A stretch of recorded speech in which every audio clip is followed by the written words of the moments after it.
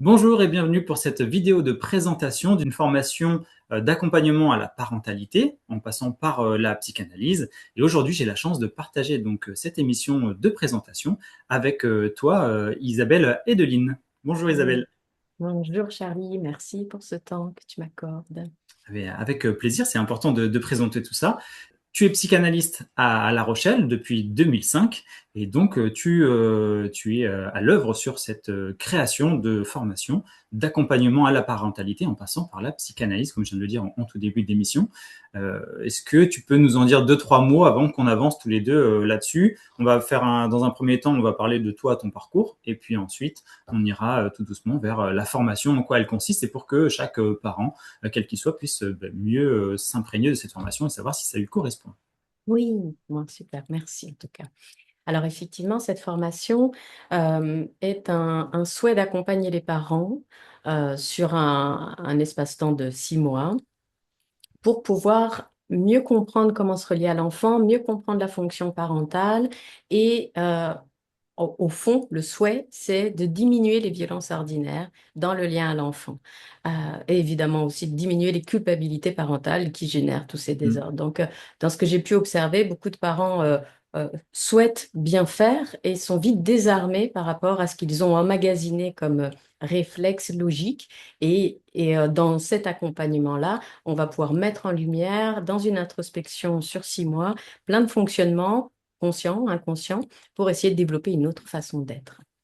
Oui, d'ailleurs, on prend peut-être de l'avance sur le reste de l'émission, mais c'est vrai qu'en tant que parent, on peut peut-être parfois se dire, bah non, je suis pas quelqu'un de violent et tout se passe très bien. Et alors que si on prend un peu de recul et qu'on va vers ce genre de démarche, avec toi par exemple, eh bien, on peut se rendre compte qu'il y a des violences qui sont assez ordinaires et qu'on peut peut-être, enfin, qui signifient beaucoup sur nous ou sur notre rapport à l'enfant. Tout à fait. Quand je dis violence ordinaire, c'est qu'on n'a pas du tout l'impression que ce soit de la violence, en fait. Hmm. C'est des gestes, des logiques, des réflexions qui nous paraissent normales, banales, finalement reçues de génération en génération et qui peuvent être extrêmement difficiles à vivre pour l'enfant. Des menaces, hein, toutes simples, hein, de si tu fais pas ça, tu auras plus ça, et puis on n'ira plus jamais. Enfin, Hmm. c'est plein de petites choses qui, pour nous, ont l'air anodines, qui paraissent pas si graves. Pourtant, pour l'enfant, il y a quelque chose de grave qui se passe régulièrement dans notre contact et dans notre façon radicale parfois de réagir, et puis aussi la difficulté à la longue à croire le parent si on se Ouais. contredit, hein. Mm. Oui, puis on se dit tous et toutes, je pense, à un moment donné, bah non, moi je ferai pas comme ça. Et puis en fait, le jour J, on voit bien que on passe par ces dérives-là aussi. C'est On vrai, va vers tant la qu'on n'a pas facilité. d'enfant. Oui. Oui, on va vers la facilité, je C'est disais. ça, Mm. c'est ça. Facilité et réflexe. En Mm. vrai, on réagit avec des réflexes inconscients en lien à ce qu'on a reçu. Donc notre spontanéité est très liée, ce que nous on appelle en psychanalyse, à l'introject parental. Et ce qu'on a introjecté, c'est ce qui va naturellement sortir de notre spontanéité. Et c'est pour ça qu'on peut être désarmé quelquefois en ayant des phrases toutes faites. On s'entend parler, on se dit qu'est-ce que je suis en train de dire. Mm. Et c'est ça qu'on va pouvoir mettre à jour et puis après déjouer progressivement. Entendu. Et si tu as mis en place cette formation, c'est que c'est un sujet qui te tient à cœur. Et Mhm. comment t'es venue cette idée, pour le coup, de te spécialiser là-dessus, alors que ça fait déjà depuis 2005 que tu exerces et ça fait partie déjà de ton métier. Donc là, tu ouvres une formation spécifiquement dédiée à ce sujet. Tout à fait. Bah, là, ce qui m'est venu depuis, au fond, ce projet, je l'ai depuis toujours, je crois. Depuis toujours, je souhaite transmettre une autre façon de se relier à l'enfant.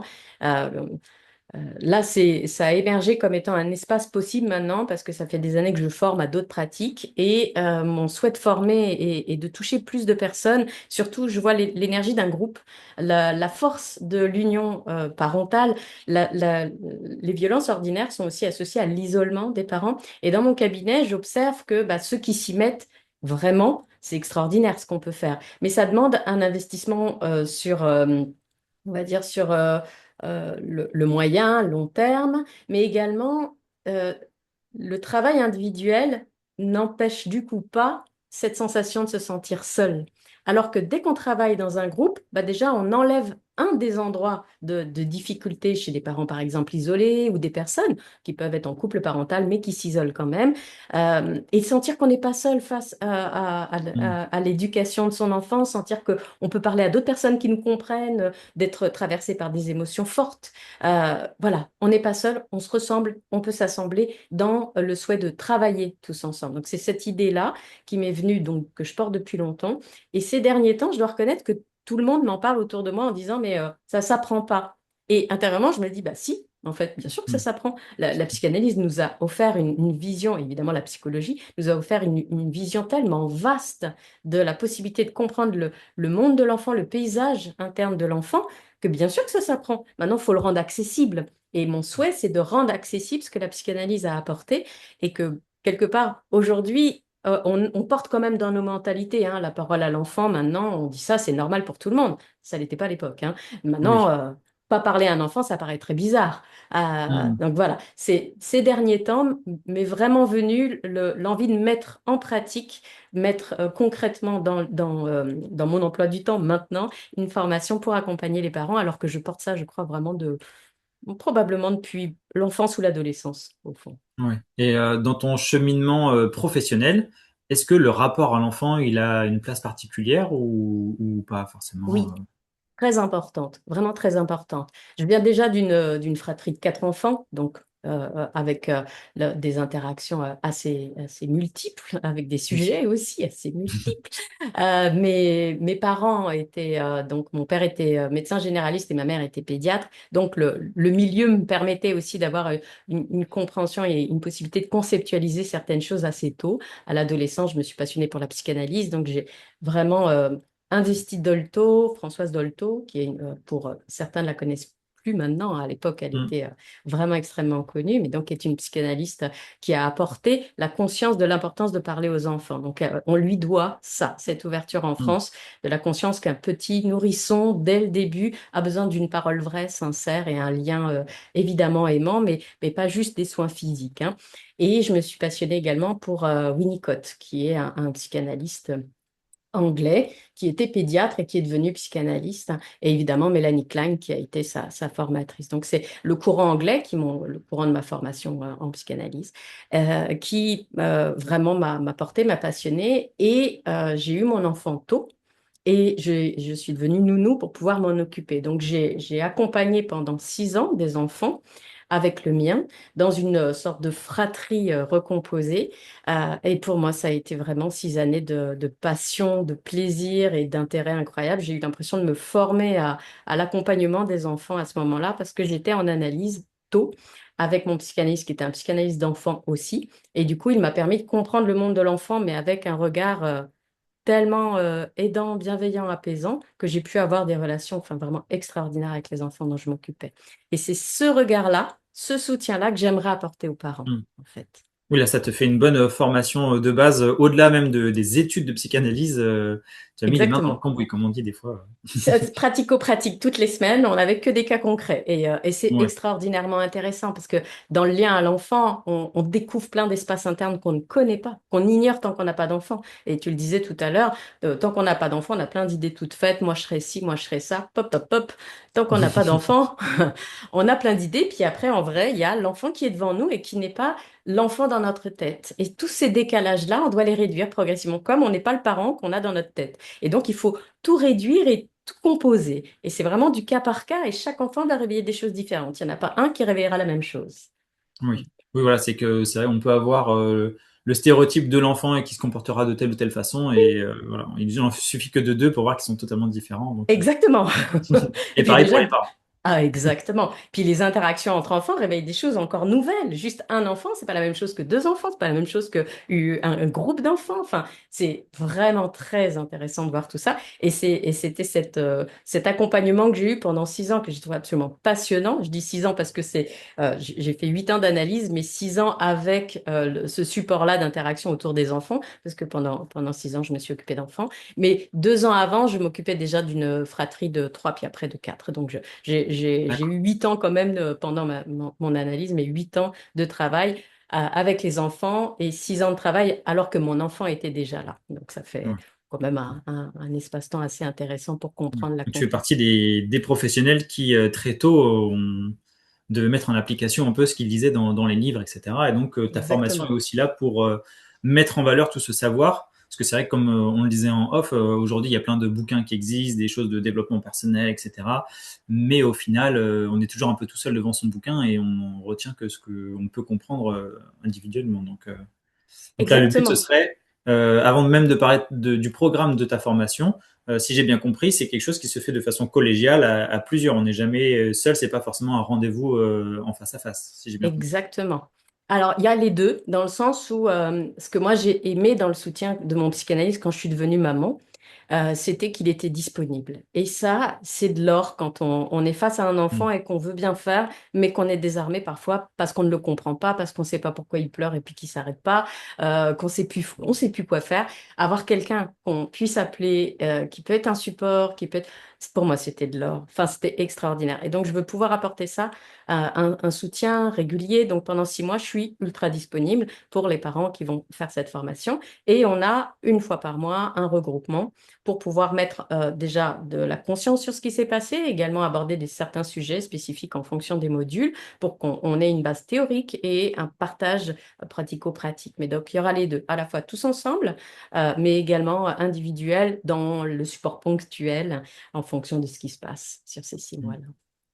Et ça, on l'avait pas évoqué encore tous les deux, mais est-ce que la formation, elle a une date de début et une date de fin, ou c'est quelque chose où on peut s'inscrire tout le long de l'année et ça s'égrène comme ça, ou alors c'est peut-être plus pratique de faire, pour toi en tout cas, de faire un début et une fin, comme ça tu as tout un groupe que tu fais évoluer peut-être? Oui, tout à fait. Il y a D'accord. déjà des dates qui sont prévues. Ça va commencer en octobre pour le premier cycle et puis le deuxième cycle commencera en janvier. Donc, il y a D'accord. déjà les dates de posées et que je partagerai évidemment sur les réseaux après. Donc, ce sera accessible. Mais oui, il y a déjà les 6 mois sont déjà prévus et sont déjà calés sur l'agenda. Et si on parle plus peut-être spécifiquement de la formation que tu proposes, donc là tu nous dis que c'est en plusieurs cycles et qu'une fois par mois il y a un regroupement qui va avoir lieu. Est-ce Oui. que tu peux rentrer un peu plus dans le détail d'une sorte de chapitrage peut-être de ce que tu prévois pour les parents qui nous écoutent, qui nous regardent, est-ce qu'ils peuvent s'identifier justement à ces formulations que tu vas avoir pendant la présentation, enfin, pendant Bien ta sûr. formation? Si ça te va, je vais d'ailleurs partager le programme qu'on puisse regarder Oui. ensemble. Ce sera d'autant plus simple. Donc, Ça, c'est un voilà. programme qu'on peut retrouver peut-être en ligne ou Tout sur à des fait. flyers. Exactement. En fait, tout est visible sur mon site isabelleedeline.com et je mettrai évidemment toutes les informations juste en dessous de la vidéo. Je partagerai tout ça pour que ce soit accessible facilement. Donc voilà, là, on peut voir la fiche en entier. On va zoomer simplement hop, sur les modules. La séance d'ouverture et le premier module vont se faire à 2 semaines d'intervalle. La séance d'ouverture, c'est pour qu'on prenne contact les uns les autres, qu'on puisse se sentir, au fond, c'est pour qu'on commence à sentir notre groupe se former, qu'on puisse se sentir concernés les uns par les autres, savoir un petit peu comment ça se passe pour chacun et qu'on lie un petit peu notre intérêt déjà pour ce groupe en particulier qu'on va former pendant 6 mois. Je m'inclus dedans parce que je me sens vraiment très concernée par le vécu de chacun. Et pour moi, c'est très important de comprendre chacun pour pouvoir accompagner et individuellement et en groupe. Ensuite, donc ça, cette séance d'ouverture, elle va durer à peu près 1 heure et demie, hein. Ensuite, chaque module dure à peu près 2 heures et demie, sauf le cinquième qui va durer un petit peu plus, il va durer à peu près 3 heures. Donc là, on voit les thèmes. Il y aura donc comprendre la fonction parentale, qui est un peu un point de départ pour moi, parce que souvent, le décalage de tension avec les enfants, c'est que on n'aime pas comment on est, parce que l'enfant réveille des choses en nous qu'on n'aime pas. Et c'est toute la difficulté de pouvoir réussir à devenir le parent qu'on souhaite devenir. Et il y a un décalage logique parce qu'on n'est pas encore parent. C'est pas parce qu'on a un enfant depuis quelques temps, quelques semaines, Oui, quelques mois qu'on est réellement parent. Mon psychanalyste, il disait qu'on devient parent à peu près en 20 ans. d'accord. Donc je me disais, bon, j'ai le temps. Ouais, il y a le temps de C'est comprendre ça. le Voilà. métier, quoi. C'est ça. Bon, là, maintenant, je pense que je peux dire que je suis parent. Mon fils a 28 ans, donc je pense, ça y est, c'est bon, je suis C'est bon, c'est parent. fait. Ça y est, ça c'est fait. Donc, je peux me permettre d'avoir un peu de recul et d'apporter du coup un regard un peu sur tout ça. Donc voilà, la fonction parentale, comprendre l'enfant. Donc ça, c'est vraiment dans l'idée de voir que le monde de l'enfant n'est pas le monde de l'adulte que nous partageons parce qu'on ne voit pas les mêmes choses. C'est-à-dire, j'ai souvent cette vue-là que l'adulte parle à un endroit pendant que l'enfant, il parle là. Et tant qu'on n'est pas allé vers lui, il ne peut pas lui aller vers nous. C'est-à-dire qu'on va rationaliser beaucoup de choses alors que l'enfant parle beaucoup depuis un monde un peu plus irrationnel, qui est plus émotionnel. Donc, pouvoir rejoindre l'enfant, parler là où il est, pour qu'il puisse nous rejoindre, c'est vraiment un effort de conscience qu'on a à Mm. fournir et comprendre aussi les phases de développement. Donc ça, on les abordera ensemble. Mais Ensuite, c'est vrai que oui, vas-y, pardon, je te coupe là-dessus, vas-y. mais c'est vrai que des fois, on échange avec notre enfant et nous, il y a des choses qui nous paraissent évidentes et en fait, on n'arrive pas à y accéder mais parce qu'il y a, comme tu dis, il y a peut-être un souci d'étage ou de hiérarchie Exactement, dont on ne prend pas conscience. Donc si, c'est exactement. vrai qu'on peut aborder aussi des outils pour arriver à mieux communiquer avec et puis se rendre compte que il est bien à sa place et c'est juste que c'est à nous de d'arriver à mieux l'entendre. Exactement. Enfin, c'est vraiment exactement ça. C'est-à-dire, c'est apprendre à se placer dans le regard de l'enfant avec l'endroit de conscience qui est le sien en fonction de son développement. Et c'est pour ça que je dis que ça s'apprend de devenir parent. Parce que si on n'apprend pas comment fonctionne un enfant, honnêtement, on se réfère à qui on était à 7 ans, en gros 7 8 ans, nous, enfants à 7 8 ans. Mais un enfant de 7 8 ans n'est pas un enfant de 2 3 ans. Et en fait, si on Mhm. se dit, oui, mais moi, on me disait non, c'était non, voilà, calé, quoi. Alors, non, en fait. Ouais. Oui, à 7 8 ans, on nous dit non, on a compris non, c'est OK. Mais avant cela, pour arriver à cet endroit-là, il nous en faut du chemin de compréhension. Donc, comprendre les phases de développement, les enjeux majeurs de certaines phases, les logiques inconscientes de certaines phases, pour pouvoir réduire justement le décalage entre j'impose une réalité qui est la mienne en tant qu'adulte et l'enfant qui cherche juste à dire je suis dans mon fonctionnement à un endroit où je ne peux pas encore aller là où tu me demandes. Et donc, c'est Ouais. réduire ces décalages-là et comprendre que c'est pas une opposition à notre autorité si un enfant refuse ou ne nous comprend pas, mais c'est plus une impossibilité à nous rejoindre. Et là, nous, on peut aller rejoindre l'enfant. Et c'est là que c'est Ouais. extraordinaire. Faire ce pont-là est C'est extraordinaire. déjà un peu le cas entre adultes, mais c'est vrai que c'est encore plus marqué avec les enfants. Ah, oui, totalement vrai, totalement vrai. Mais disons que les enjeux sont un peu différents parce qu'on parle un langage dans lequel on peut se comprendre différemment, alors que l'enfant va être beaucoup quand même embarqué par ses émotions. Et on voit bien, si on a un adulte qui est très embarqué par ses émotions, on aura plus de mal à se faire comprendre. Donc voilà, on voit bien que l'émotion y est pour quelque chose dans nos incompréhensions aussi. Donc voilà, la parole adressée à l'enfant, quand je parle de la violence ordinaire, c'est aussi beaucoup dans les paroles. On ne se rend pas compte, mais il y a dans notre façon de parler, je pourrais placer une chose qui est que Dolto avait la coutume de dire qu'il faudrait parler à nos enfants comme on parlerait à un invité. Et si on parle comme Ah oui. à notre enfant comme on parlerait à un invité, on est au bon endroit. Donc autant Ok. dire qu'on a tous du boulot, parce que Ouais. c'est pas si facile. Ou alors on sait pas recevoir, mais Oui, oui, c'est ça. Oui, voilà, c'est ça. Donc voilà, ça, c'est des efforts de conscience, mais déjà mettre en lumière, pouvoir changer de place, sentir ce que ça génère en nous, à travers des exercices, évidemment, qu'on fera ensemble, en groupe, ça sera ludique et intéressant. Ensuite, on revient à l'autorité, les limites et le cadre, parce que comprendre un enfant ne veut pas dire je vais lui dire oui à tout, il va pouvoir faire tout ce qu'il veut, et puis voilà, comme ça, il y aura plus de tension. Évidemment, non. En fait, cadrer, c'est aussi rassurer. Et on a coutume d'associer autorité bienveillante et laxisme. Et vraiment non. En fait, le non est tellement apaisant et structurant. Mais il peut être brutal et frontal ou il peut être structurant et apaisant. Et tout le travail va être de conscientiser comment poser un cadre sans qu'il soit oppressant. Donc un cadre bienveillant, solide et dedans avec la liberté de choisir. Donc voilà, un cadre autour et dedans, toujours un petit espace pour que l'enfant se sente libre de choisir dans ce que nous, on a défini. Donc ça, c'est une conscience à placer aussi. puis là, si on en revient à ton expérience, ce genre de démarche, enfin là je vois l'intitulé autorité, limite et cadre, c'est quelque chose qu'on va retrouver dans plein de bouquins ou plein d'autres supports et au final, bon, on peut un peu se noyer aussi sur différentes façons de faire, même si on paraît, enfin on est très impliqué dans de la recherche pour s'améliorer. Et bien là, en passant par ta formation, et ton expérience pour le coup, tu vas avoir aussi une sorte de melting pot de tout ça et puis peut-être qu'on pourra arriver à mieux s'organiser et mieux sélectionner, savoir si ça nous correspond ou pas aussi. Parce que je pense que cette formation, elle n'est pas là pour fabriquer des parents, mais bien pour que chaque parent arrive à trouver sa place par rapport à l'enfant. On y reviendra peut-être plus en conclusion là-dessus, mais c'est vrai que quand je vois l'intitulé de la formation, enfin de ce bloc-là, c'est quelque chose dont on entend vraiment beaucoup parler dans les bouquins et il y a toujours des façons un peu différentes d'expliquer les choses. Tout à fait, c'est hyper important ce que tu as dit parce que l'idée, c'est de pas fabriquer une sorte de parent type. Oh, pas du tout. En fait, chaque parent contient en lui le germe du parent parfait dont l'enfant a besoin. Cet enfant-là a besoin de ce parent-là et pas d'un autre. Donc, si on se dit, il faut que je devienne un autre parent qui je suis, on est déjà perdu finalement. Et on va essayer Mm. de se caler sur d'autres parents qui font mieux, blablabla. Pas du tout, en fait. Il n'y a pas un parent qui fait mieux qu'un autre. Qui on est parfait pour son enfant. Devenir le meilleur de soi, c'est revenir à l'amour finalement en nous qui permettent de, par amour, se relier à l'enfant de manière intelligente et apaisée. Donc, sortir de l'idée qu'il y a une façon de faire, parce qu'en fait, il n'y a pas un enfant pareil. Donc, qui on est adapté à notre enfant. Il va susciter en nous ce dont il a besoin aussi pour se développer.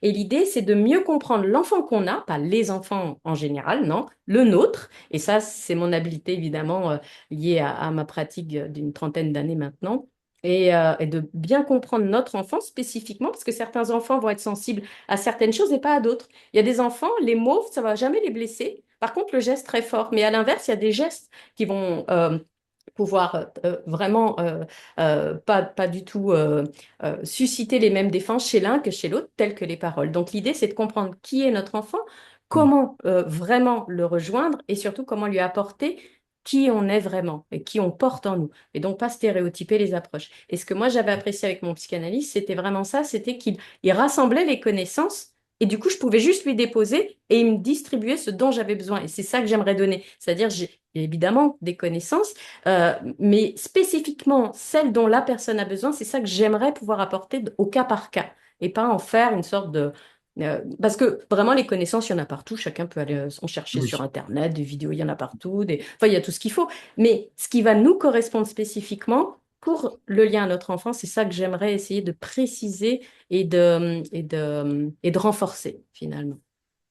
Bien entendu. Après, là, on en arrive au module 6.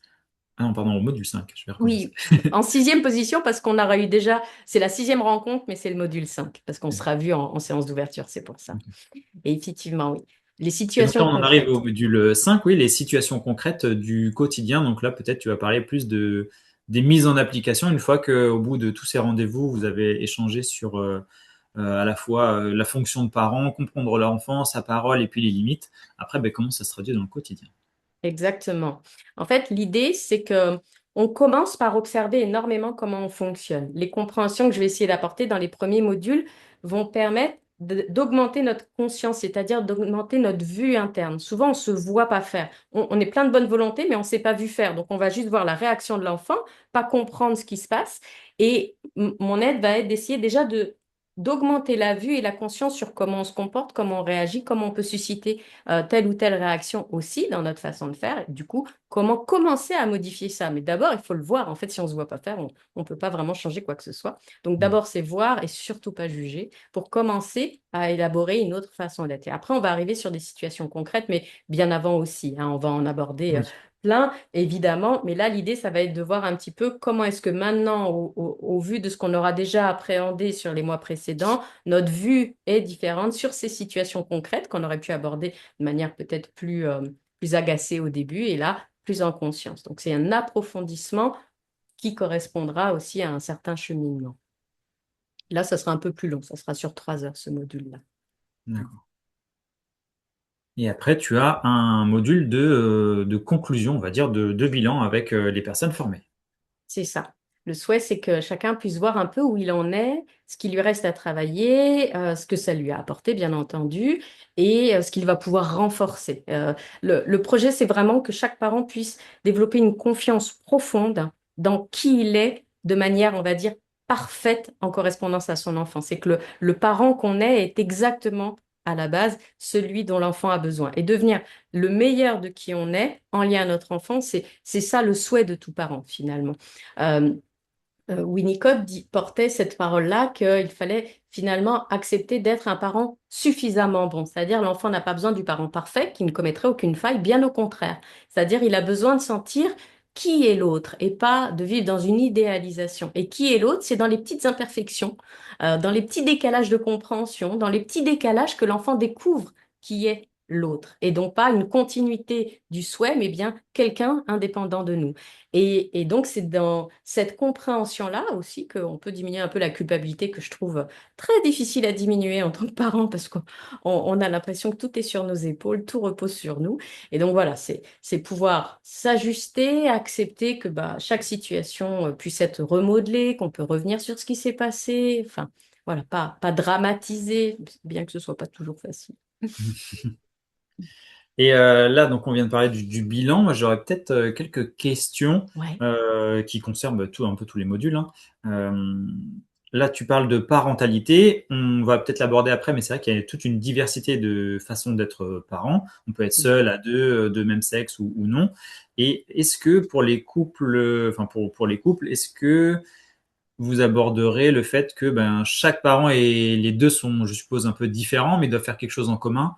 Et parfois, on n'a pas la même vision de la parentalité l'un ou l'autre. Et est-ce qu'il y a peut-être un temps pour eux ou des outils pour arriver à se saisir de la question? Parce qu'on peut travailler sur soi, mais c'est vrai qu'à un moment donné, il y a un job aussi à faire à deux, puis à trois avec l'enfant, ou à plus s'il y a plusieurs enfants. Exactement. Bah, dès le premier module, c'est pour ça que j'ai commencé par celui-là, parce que je pense que c'est ça dont on a besoin aussi, c'est de réussir à se situer. On peut être un parent isolé, on peut être un parent en couple homoparental, on peut être des parents adoptants, on peut être aussi un parent ajouté, si je puis dire, dans les familles recomposées, Oui, mais on c'est reste vrai. quand même finalement dans une certaine fonction parentale.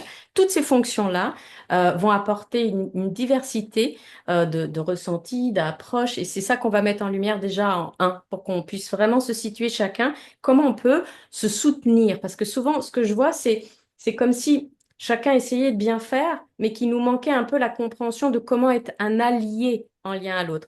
Quand Mm, on est seul, comment trouver un support à l'extérieur aussi? Parce que accompagner un enfant seul est aussi un challenge au niveau oui. des temps de repos. C'est pas rien.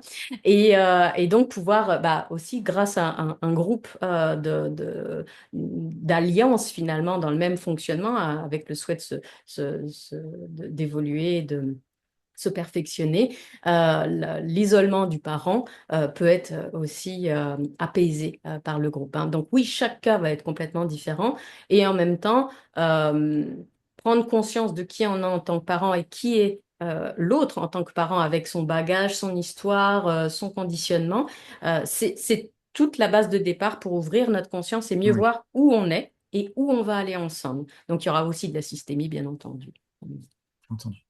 Et c'est vrai que, alors je me trompe peut-être, mais aujourd'hui on est dans des relations sociales peut-être un peu plus individualistes qu'avant, mais ça fait des générations et des générations qu'il y a des parents. Alors ils faisaient sans doute plein de trucs pas très bien, mais par contre il y avait ce système d'aide, etc. On était peut-être un peu moins seul en tant que parents. Il y avait toujours des personnes autour.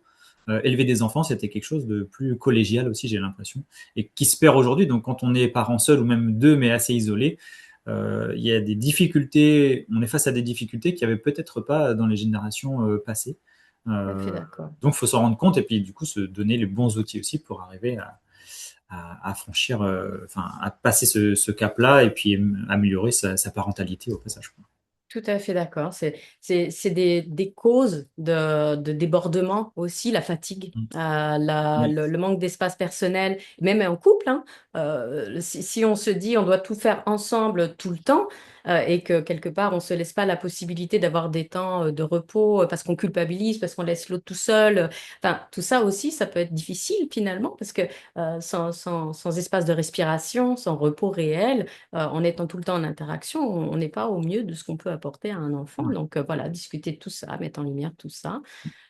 Oui, ça fera partie vraiment de ce point de départ-là pour qu'on puisse cheminer.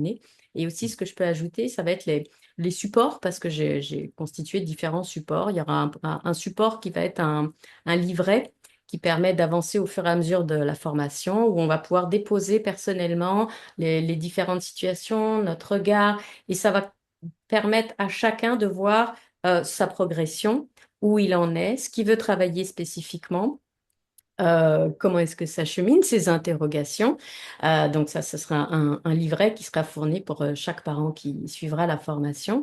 Il y a également des ressources que j'ai ajoutées sur différents thèmes, avec différentes approches qui s'inspirent de ceux euh, pour moi, ont été les plus utiles dans mon cheminement. Donc, Françoise Dolto, Donald Winnicott et Mélanie Klein. Et donc voilà, ce sera des supports en plus pour ceux qui auront envie de se documenter davantage en lien avec ma façon particulière d'accompagner. Donc il y a plein de façons de faire. Ma façon, elle est très psychanalytique et elle est très dans essayer d'accueillir l'individu spécifique comme il est, lui permettre de devenir qui il est, pas comme on veut, mais bien qui il est, tout en ayant le Mm. soutien parental. Finalement, j'aimerais pouvoir aider le parent à retrouver cette posture d'être la terre qui porte inconditionnellement l'être qui vient dans sa vie et pas celui qui va essayer de façonner, Mm. finalement, ne pas être le jardinier de cet Ouais. espace, mais plus la terre qui inconditionnellement porte, nourrit et aime l'enfant pour qu'il ait tout ce dont il a besoin pour développer l'être unique qu'il est. Et ça, c'est une posture un peu particulière qui n'est pas forcément facile à trouver. Ouais.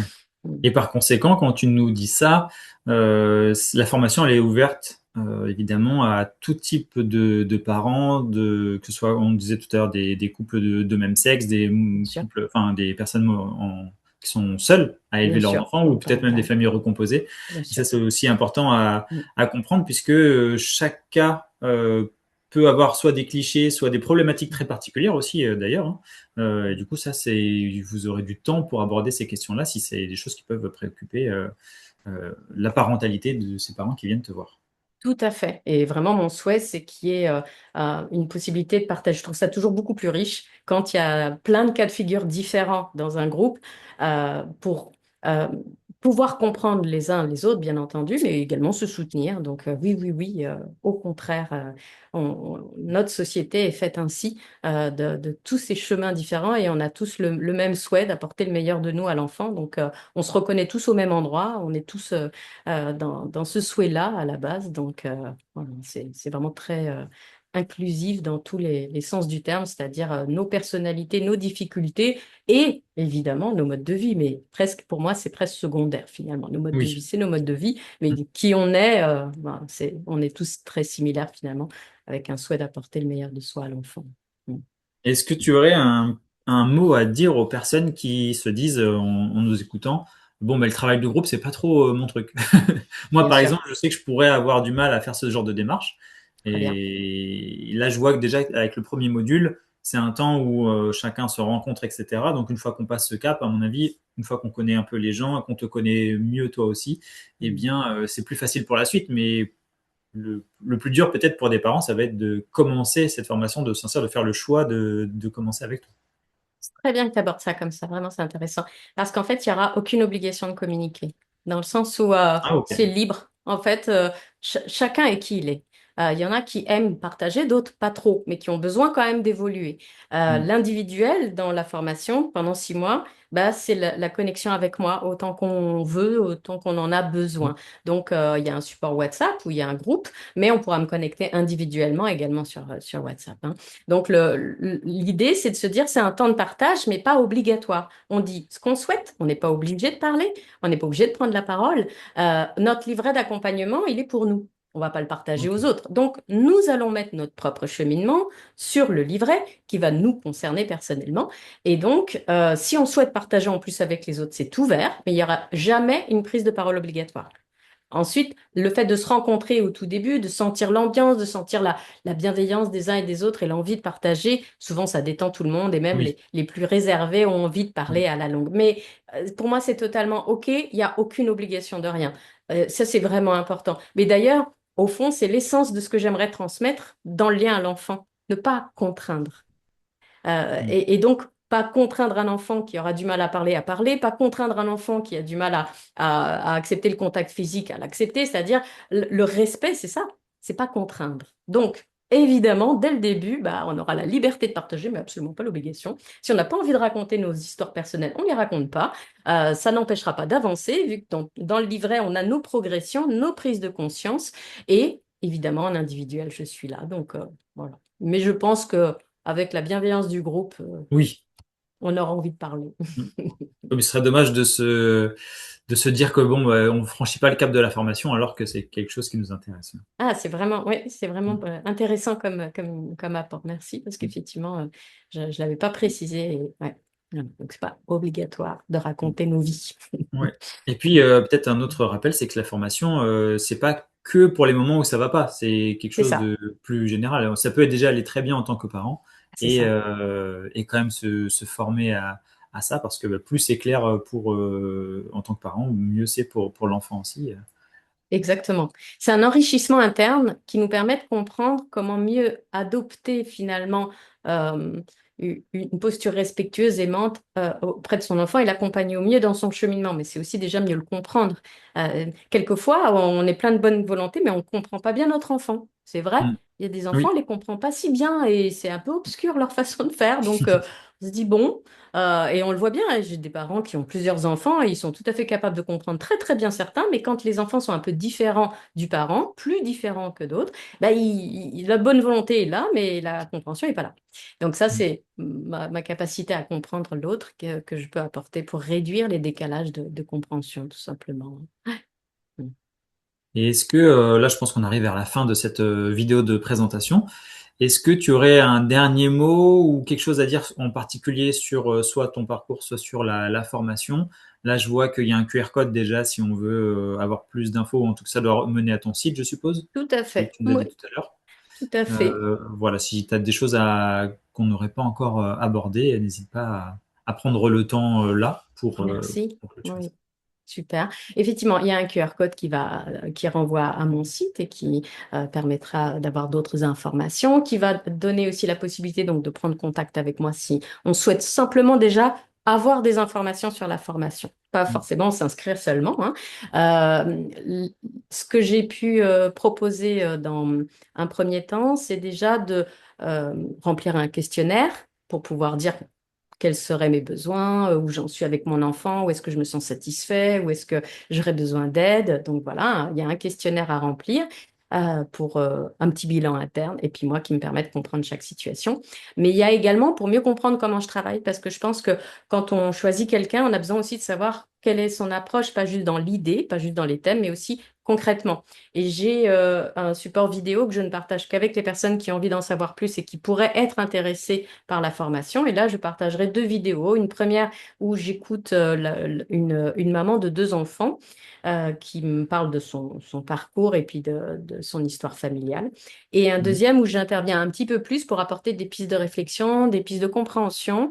Et ça permet de voir concrètement comment j'accompagne. Pour moi, c'est très important que en regardant ces vidéos, si on se sent bien avec ma façon d'accompagner, bien avec ce que je propose, de pouvoir après être tranquille et faire le pas. Et c'est totalement correct pour moi d'entendre que, bah, voilà, bah, ça peut ne pas correspondre parce que le principe, c'est Mm. qu'on ne correspond pas à tout le monde.